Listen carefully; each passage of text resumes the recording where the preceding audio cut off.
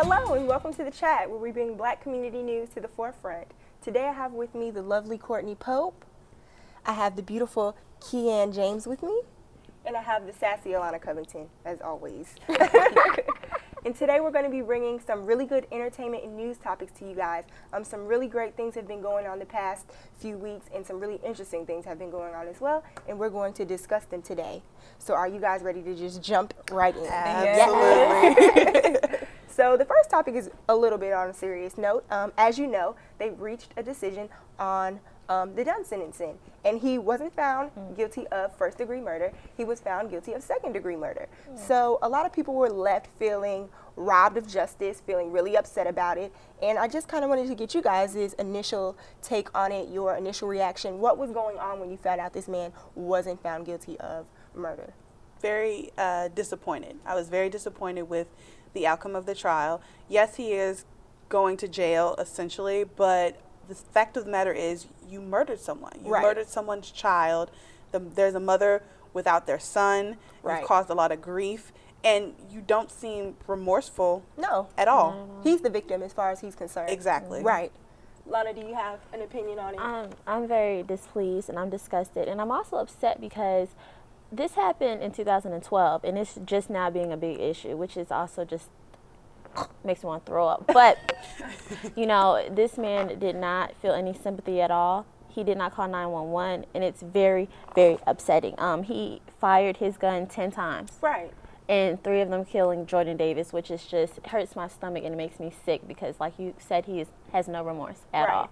And I think we should just address the fact that some of those gunshots were fired when this truck was driving away. Jordan and 4 of his friends had come from a mall. They were at a gas station, just to give you a little backstory. They got in an altercation about some loud music. One thing led to another. He thought he saw Jordan with a gun, and some shots were fired. The children fled the scene, and he continued shooting. So my thing is, if you're feeling threatened, which is a word that he used a lot during the case, one, you don't chase after a car that's running away. The threat is now dissolved itself. They're leaving. So you don't chase after them and shoot them. One. 2, he let his fiance get out the car and peruse the aisles of the convenience store. I think if I was fearful of my life, I wouldn't let you get out my passenger seat. Exactly. I definitely wouldn't. And then this man shot him, went back to his hotel, ordered a Papa John's pizza, poured himself a stick drink, and thought, hey, I'll call the police when I feel like it. Which was never. They had to call him. Exactly. So ridiculous. That's so ridiculous. If you are threatened, you are not going to stay at the convenience store, the gas station, wherever you are. If I feel threatened for my life, I'm driving off. It's just a possibility. It wasn't a situation where you were in a confined space with this person. So I don't feel like you were threatened. No. And I'm disappointed and outraged just like anybody else. Exactly. And this man had a conversation with this boy. They were going back and forth. They were arguing. So at that time, you could have been a bigger person and drove away. Okay, he took the gun out of his glove compartment, loaded it, commenced it, targeted at Jordan Davis, and shot him. Let's talk about the silencer. He also had a silencer. Right. So, which even puts even more like premeditated. Your intent. What exactly was your intent when you put that silencer on the gun? You didn't want anybody to know. Oh my God. Exactly. But you felt threatened, but you're the victim, but you are the person that we should be seeking sympathy on. And let's talk about his use of the word thug, because throughout the trial he kept saying, oh, I thought he was a thug. Their behavior told me that they were thugs. Well, even if in the case that he was a thug, thugs still don't deserve to be gunned down if they are innocent. Right. Exactly.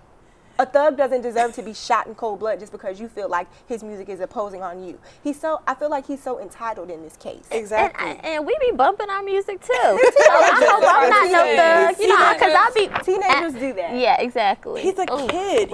You've killed a child. He's a murderer, basically. Over music, loud music, and it was none of your business. Well, let's hold that thought. We're going to take a break. We will be back in a second. Next up, we're going to be talking about Samuel L. Jackson being mistaken for Lawrence Fishburne, which looks nothing like him. So we're going to be discussing, do all black people look the same? And we'll be right back after the break.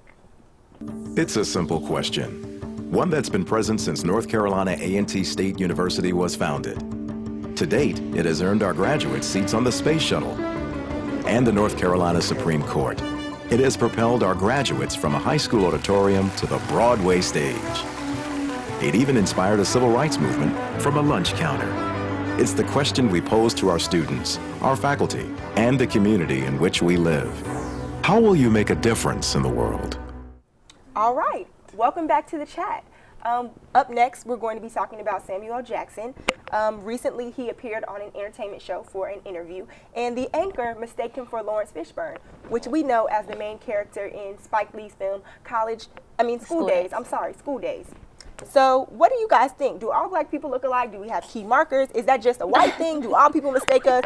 You know how everybody got that cousin and they like, don't you look like So, what do you guys think? It was embarrassing. I felt really bad for the anchor because as you're being the entertainment correspondent, this is your job. Right. And I feel like Samuel L. Jackson had every right to go off at the length that he did because I could see if you were just some new up-and-coming actor, but Samuel L. Jackson is like a staple established for quite a while. So he had every reason to set you straight and tell you about yourself. Exactly. And it was funny. I thought it was comical. I was really, my whole thing was, you are a reporter, this is your job. Right. How can you make that mistake? How can you do that? And then on top of that, I look at Samuel L. Jackson. He's a darker skinned black man. Right. And then Lawrence Fishburne is a lighter skinned black man. So it doesn't, to me, even with the race thing, that is your job and you should have been prepared. And for you to be on the television, I wonder how your boss felt. Basically, how did your boss feel? Before he came on the show?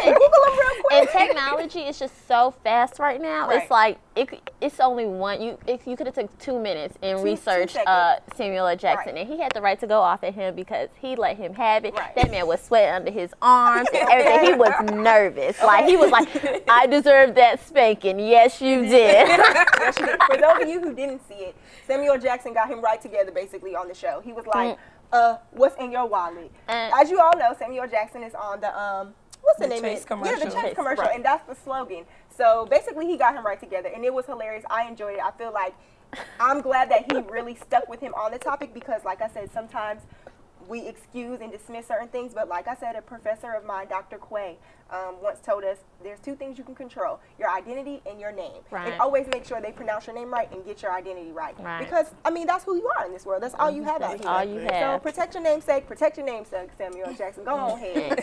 He did. Work hard for it. So I want to lead us into our next topic, which is Nicki Minaj's use of Malcolm X's image for her, her looking ass nigga single. Whatever it is. And everyone was really outraged, including Malcolm X's family and estate, because they released a statement basically saying, you know, we don't condone this. It was inappropriate. We feel hurt, and I'm sure he would be hurt if he was here. And so I just kind of want to get you guys' take on it because my stance is kind of, and she released a statement defending herself saying, oh, you know, it was about women's empowerment, the song. We deal with these kinds of men. But in the same breath, there's a line that you don't cross. And that man was a defender of our rights, and you just don't go there. Exactly. You don't associate his image with the song that says the word nigga. Exactly. Like,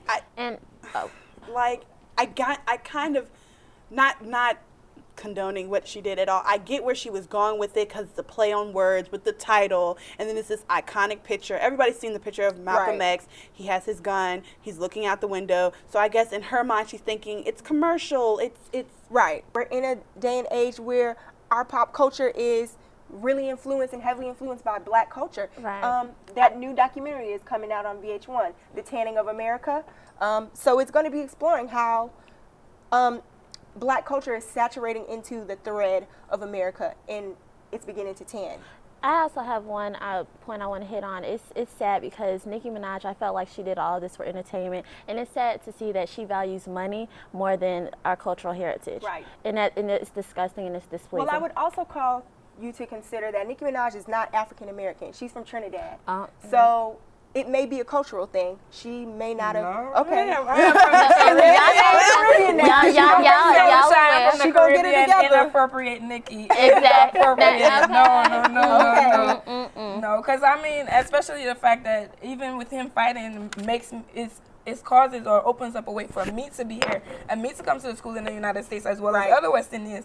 So, no, Nikki, I'm sorry. It's offensive. No, ma'am. It's offensive to everybody. Right. No, Nikki, don't get a pass. I knew about it. I love you, boo, but no, ma'am. Right. Okay. I think the other thing is like you are appealing to a black market, so you should take that into consideration Exactly. as well. Thank Come you. on, have a little respect. Right. Whether you're Caribbean, African American, you just agree. It's a disgrace. He's a legacy. And not even that, but it's her comeback. You know, we haven't gotten any music from her in a while. Right. And it's her comeback. So why did you feel like that should why did she have to pick one of the greatest leaders of the 20th century? I feel like it was a controversy thing. Right. She's trying to spark a discussion versus it being about the music, because we previously discussed that. So I feel like more so it's not necessarily about the music. It is for us to sit here and talk about it. Right. And other we've done people what to she talk wanted about us to it. do. Exactly. Right. And I agree that it's very offensive. Yes. And another thing that we spoke about is, you know how much it takes to get approval for something like that?